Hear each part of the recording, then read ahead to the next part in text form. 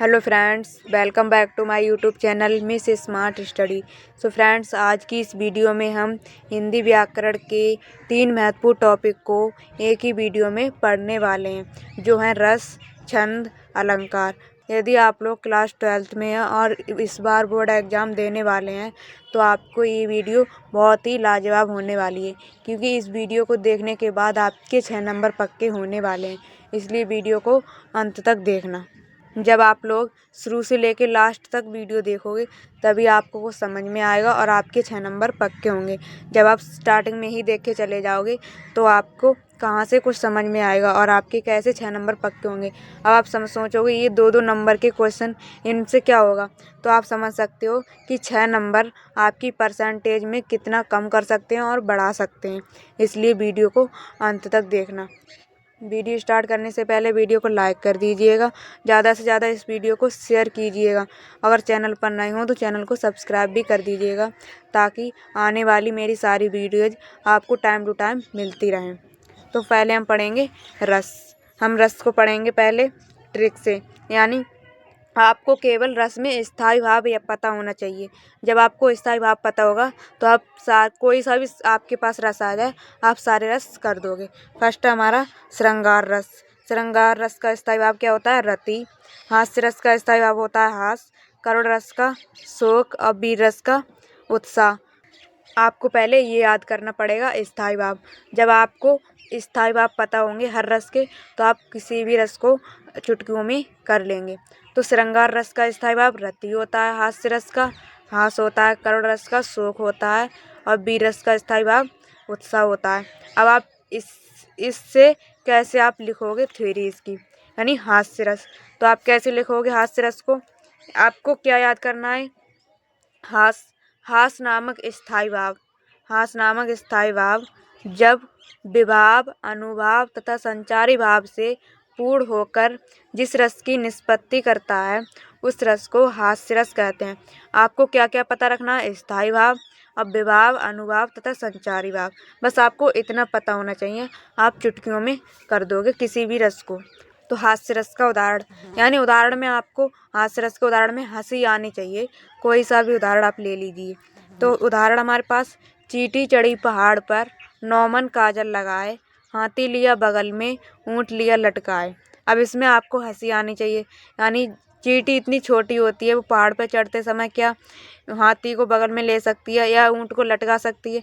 इसमें हंसी आने वाली बात है, तो इसलिए आपका ये हास्य रस का उदाहरण है। इसी प्रकार हमारा नेक्स्ट रस है।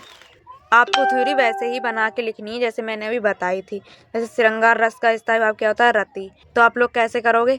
रति नामक स्थायी भाव जब विभाव, अनुभाव तथा संचारी भाव से पूर्ण होकर जिस रस की निष्पत्ति करता है उस रस को श्रृंगार रस कहते हैं। कितना सिंपल है। आपको स्थायी भाव याद करने से आपको सारे रस याद हो जाएंगे, तो इसलिए आपको केवल स्थायी भाव याद कर लेना है। तो हमारा इसका उदाहरण क्या है? कौन हो तुम बसंत के दूत, बिरस पतझड़ में अति सुकुमार, घन तिमिर में चपला की रेख, तपन में शीतल मंद विहार। ये हमारा श्रृंगार रस का उदाहरण है। इसी प्रकार हमारा नेक्स्ट रस है करुण रस। ये आपकी मोस्ट इम्पॉर्टेंट रस है, इसलिए मैं इनको लेकर आई हूँ। इसको भी इसी प्रकार करोगे, यानी करुण रस का स्थायी भाव क्या होता है? शोक। तो शोक नामक स्थायी भाव जब विभाव, अनुभाव तथा संचारी भाव के संयोग से जिस रस की उत्पत्ति होती है उस रस को करुण रस कहते हैं। अब इसका उदाहरण क्या है? ए मेरे वतन के लोगों, जरा आँख में भर लो पानी, जो शहीद हुए हैं उनकी जरा याद करो कुर्बानी। यानी इसमें शोक आ रहा है, इसलिए ये करुण रस का उदाहरण है। अब हम पढ़ेंगे छंद। हम पहले पढ़ेंगे दोहा छंद। दोहा छंद में क्या होता है? यह सम्मात्रिक छंद होता है।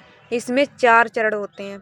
इसके पहले और तीसरे चरण में 13-13 मात्राएं होती हैं तथा दूसरे और चौथे चरण में 11-11 मात्राएं होती हैं। यानी इसका उदाहरण क्या है? ऐसी वाणी बोलिए मन का आपा खोए, औरन को शीतल करे आपहु शीतल होए। यानी इसके पहले और तीसरे में 13-13 मात्राएं होती हैं, दूसरे और चौथे में 11-11 मात्राएं होती हैं। तो ये आपका दोहा छंद है। इसी प्रकार हमारा नेक्स्ट है चौपाई छंद। इसी प्रकार हमारा नेक्स्ट है चौपाई छंद। यानी चौपाई में क्या होता है, यह सम्मात्रिक छंद है। वो वाला अर्ध सम्मात्रिक छंद था, ये वाला सम्मात्रिक छंद है। इसमें 4 चरण होते हैं और प्रत्येक चरण में 16 मात्राएं होती हैं।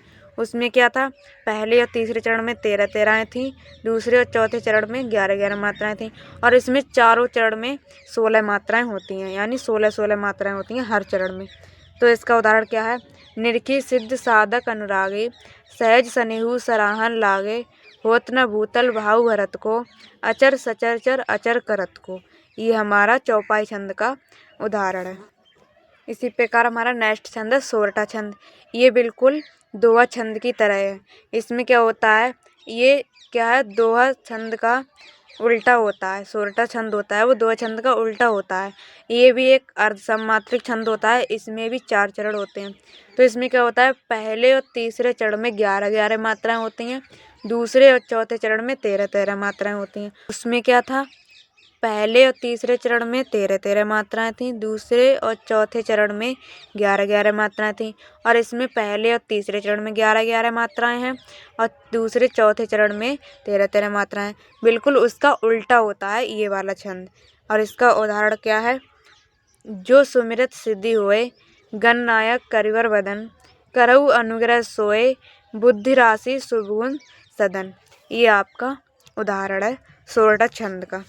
इसी प्रकार हमारे अलंकार हैं। तो अलंकार हमारे कौन कौन से इंपॉर्टेंट है, अनुप्रास और यमक अलंकार। तो अनुप्रास अलंकार क्या है, जब किसी भी वर्ण शब्द वाक्य की बार बार आवृत्ति हो, अनुप्रास अलंकार कहलाता है। यानी जब किसी भी वर्ण या शब्द या वाक्य की बार बार आवृत्ति होती है तो उसे अनुप्रास अलंकार कहते हैं। जैसे लैला तुझे लूट लेगी, लिख कर ले ले। यानी इसमें वर्ड बार बार आ रहा है, लैला, लूट, ये बार बार आ रहा है, शब्द भी बार बार आ रहा है। तो इसमें क्या है, लैला तुझे लूट लेगी, लिख कर ले ले। यानी ये आपका अनुप्रास अलंकार का उदाहरण है। आप इसे सिंपल तरीके से याद कर सकते हो। आपकी क्वेश्चन बैंक में इतने खतरनाक उदाहरण दिए होते हैं, मैं इसलिए सिंपल उदाहरण लेकर आती हूँ आपके लिए। नेक्स्ट हमारा यमक अलंकार।